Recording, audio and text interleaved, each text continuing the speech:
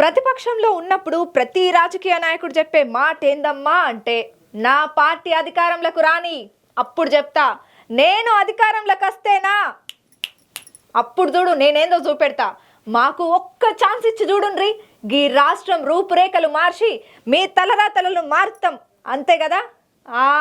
ఇప్పుడు జగన్ అన్న కూడా గిదే పాట పాడుతున్నాడట. ఇందాం పాండ్రేందో. ప్రతిపక్షంలో ఉన్నప్పుడు ప్రతి ఒక్క రాజకీయ నాయకుడు చెప్పే మాట ఏందయ్యా అంటే, నేను అధికారంలోకి వస్తే నేనేందో నిరూపణ చేస్తా, మేము అధికారంలోకి వస్తే మీ బంగారు భవిష్యత్తును తీర్చిదిద్దుతాం, ఈ రాష్ట్రాన్ని అభివృద్ధి చేస్తాం, నాకు ఒక్క ఛాన్స్ ఇచ్చి చూడుండ్రి. ఇక ఏ మాటలు వినబడుతుంటాయి, ఏడకపోయినా ఏ మీటింగ్ అయినా చూద్దాం. ఇక ఇప్పుడెందుకు అయ్యా ఈ ముచ్చట చెప్తున్నావు అనంటే, మన జగన్ అన్న కూడా కొత్తగా ఇదే పాట ఎత్తుకుంటున్నాడు. ఏడకపోయినా ఎవరిని కలిసినా ఏ ముచ్చట వినబడ్డా ఈ మాటనైతే పక్కా చెప్తున్నాడట.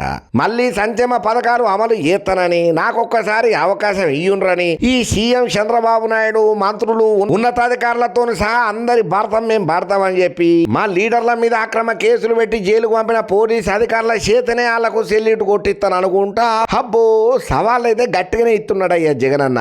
అయితే అధికారంలో ఉన్నప్పుడేమో సంక్షేమ పథకాలు, రాజకీయ కక్ష సాధింపులు తప్ప ఇంకో ఆలోచన చేయని జగన్ అన్న ఇప్పుడు ఉన్నట్టుండి పాలన మొత్తం బట్టుబట్టిపోయిందని, రాష్ట్రం సర్వనాశనం అయిపోతున్నదని చెప్పి చాలా దుఃఖపడు అక్కడ ఉన్నోళ్ళను జరంతా మింగుడు పడని ముచ్చట్లు లెక్కనే అవుతున్నది జగనన్న మాట వింటుంటే.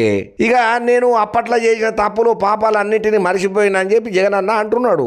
ఇక అయితే జగన్ అన్న చాలా ముచ్చట్లే మాట్లాడుకుంటా, నేను గతంలో కొన్ని తప్పులు చేసినా, ఈసారి అధికారంలోకి వచ్చినప్పుడు అటువంటి తప్పులు చేయకుండా పాలనను మంచిగా చేసుకుంటా రాబోయే రోజులలో అద్భుతంగా ఆంధ్రప్రదేశ్ను పరిపాలన చేస్తానని చెప్పి అక్కడికి వచ్చిన వాళ్ళతో మాట్లాడుతున్నాడట. మళ్ళీ నాకు ఒక్క అవకాశం ఇచ్చి చూడుండ్రి, నేనేందో చూపెడతా అని చెప్పి అక్కడికి వచ్చిన వాళ్ళ దగ్గరికి పోయిన వాళ్ళ దగ్గరికి ఇదే మాట చెప్తున్నాడట జగన్ అన్న. కాకపోతే మొన్నట్లయిన ఎలక్షన్ 2024 పబ్లిక్ మళ్ళా 175కి 175 ఇచ్చి నెత్తిన పెట్టుకుంటారని అనుకుంటే అధపాతాళానికి దొక్కినట్టుగానే 11 సీట్లకే పరిమితం చేసుడు జగన్ అన్నకు అస్సలు మింగుడు పడతలేదు. ఉన్న పార్టీలలో పక్క పార్టీలకు పోతారని అంటుంటే ఈయన మళ్ళా నాకు అధికారం ఇయ్యమనంటే మళ్ళా అధికారం ఇస్తే గదే రోజాను, గదే అంబటిని, గదే పేర్ని నానిని, గదే గుడివాడ అమర్నాథ్, కోడాలి నాని గిసొంటోళ్ళనే తీసుకొచ్చి మా నెత్తి మీదనే రుద్దుతాడనే భయం సుతం ఆంధ్ర పబ్లిక్ గట్టిగానే వాడుతున్నారట. ఏదేమైనా ఇప్పుడు చంద్రాల సార్ ముఖ్యమంత్రి బాధ్యతలు చేతబట్టి 9 నెలలు పూర్తిగాక మునిపే అమరావతి, పోలవరం సహా ఇంకా చాలా రాష్ట్రాలకైతే అభివృద్ధి పనులు మొదలైపోయినాయి. లక్షల కోట్లు పెట్టుబడులతో ఎక్కడికక్కడ పరిశ్రమలు పెట్టనీకనైతే తయారవుతున్నారు. ఇక ఎన్డీఏలో టీడీపీ చేరిన తర్వాత కేంద్ర ప్రభుత్వాల మధ్య సత్సంబంధాలు బలంగా ఉన్నాయి. గసొంటి లీడరే మనకు కావాలి. మరీ ముఖ్యంగా చెప్పుకోనికి ఎన్డీఏలో చంద్రబాబు కీలకంగా మారిండు. ఇక అక్కడ ఉన్నటువంటి పబ్లిక్ కొంతమంది ఆలోచన చేస్తున్నారట, ఇప్పుడున్నటువంటి కూటమి సర్కారు అద్భుతంగానే పబ్లిక్ ఫాయిదా చేస్తున్నది కదా, మళ్ళీ ఇప్పుడు ఎందుకు లేని తలకాయ నొప్పులు చూద్దాం, ఇంకా 4 ఏళ్ళు ఉన్నది కదా, అప్పటిదానిక కాకపోతే అప్పుడు ఆలోచిద్దాం ప్రత్యామ్నాయం అనే ఆలోచనలలో కూడా బాగా మంది ఉన్నారట.